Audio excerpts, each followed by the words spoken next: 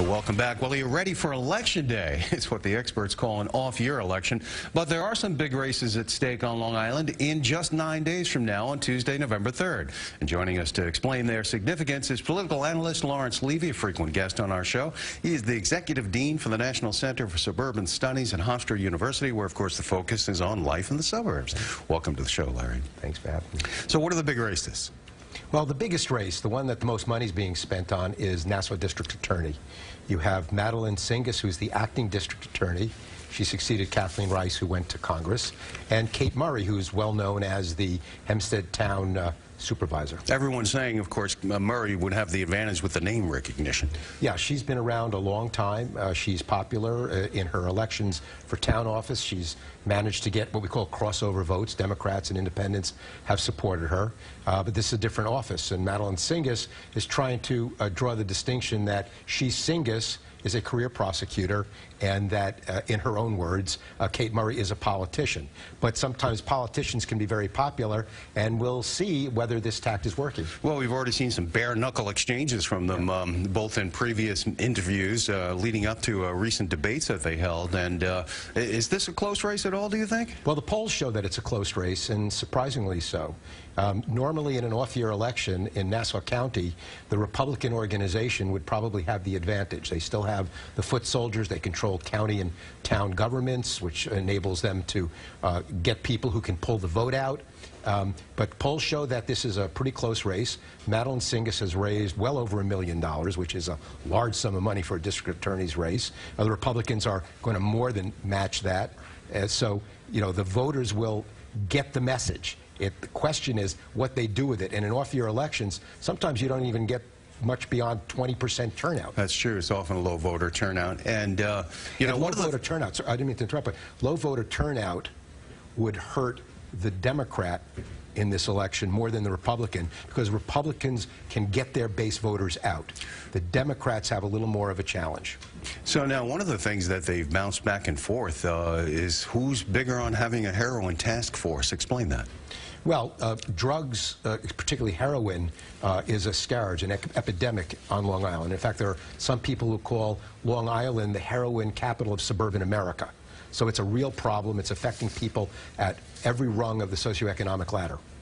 All right, let's turn to Suffolk County. There is one big race there. You have Suffolk County Executive Democrat Steve Bellone, the incumbent, taking on his Republican challenger Jim O'Connor, relatively unknown also. Right. Tell us a little bit about O'Connor's background, and what is he trying to highlight in hopes of unseating Bellone if he has a chance at all? Well, O'Connor's a legislator. He has been around a while, but is known in his community. Steve Bellone has been around a long time now. He's a popular county executive. Former Babylon Town Supervisor. Former Babylon Town Supervisor, so he has got a big base in the west of the county. It's a low-key election. The polls show a huge gap between the two of them. O'Connor has not been able to raise much money.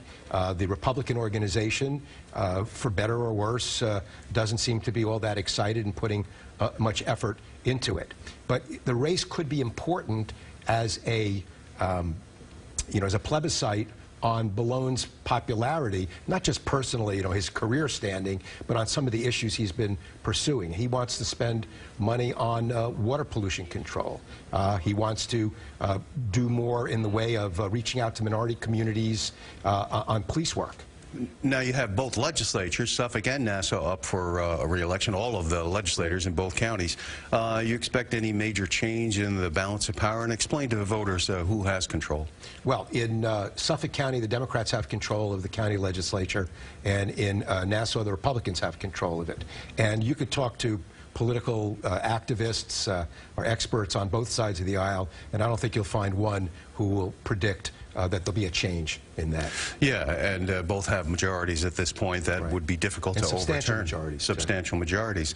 One of the things when our guests were on earlier, that in our break, you were discussing with them that perhaps that could spark people to vote in the Hempstead area. Yeah, the question is whether the tragedy of Deja Joyner will galvanize people in Hempstead and other minority communities to come out to vote in a race that is essentially about law enforcement, the Nassau District Attorney's race.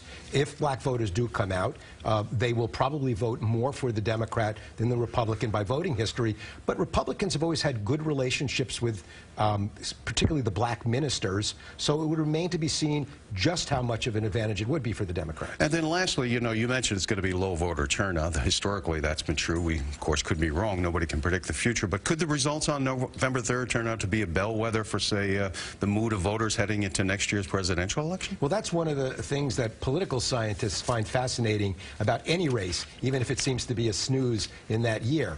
In 2009, voters on the Democratic side were upset with Barack Obama, ironically because they didn't think he was progressive enough on Obamacare, and Republican Tea Party people were out to vote against whatever Democrat they could find, and it cost Tom Suozzi an election. Yeah, I think you're right. We all remember that. Well, there it is. Lawrence Levy, the Executive Dean for the National Center for Suburban Studies at Hofstra University, and thanks for the Election Day preview. And we hope everybody gets out and has a chance to vote.